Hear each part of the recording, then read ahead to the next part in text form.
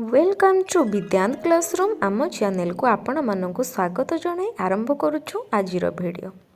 आजिर ही video रे आमे एक 10 धाड़ीर सुंदर रचना शिखिबा जार विषय वस्तु अटे साधारणतंत्र दिवस।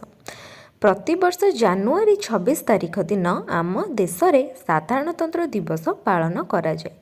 यह आम देशर राष्ट्रीय पर्व अटे। 1950 मसीहा जनवरी 26 तारिख रे आम देश में संविधान लागू करा जाइथिला। Doctor B R. आंबेडकर को भारतीय संविधानर जनक बोली कुहाजाए। एही दिन आम देश को एक गणतांत्रिक देशर मान्यता मिलिला। एही दिन आमे जातीय पताका उड़ाइबा सह जातीय संगीत गान करिथाउ। नवा दिल्ली ठारे एक विशाल प्यारेड कार्यक्रम आयोजित हुए। एही प्यारेड रे भारतर 3 सेनार सैन्य माने भाग नियंती।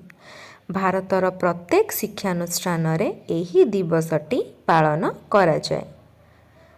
एही दिनर महत्व आमे प्रत्येक भारतीयवासी बुझिबा दरकार। आगो को एहीपरि वीडियो पाई आम चैनल को सब्सक्राइब करने को भूलिबेनी। नमस्कार।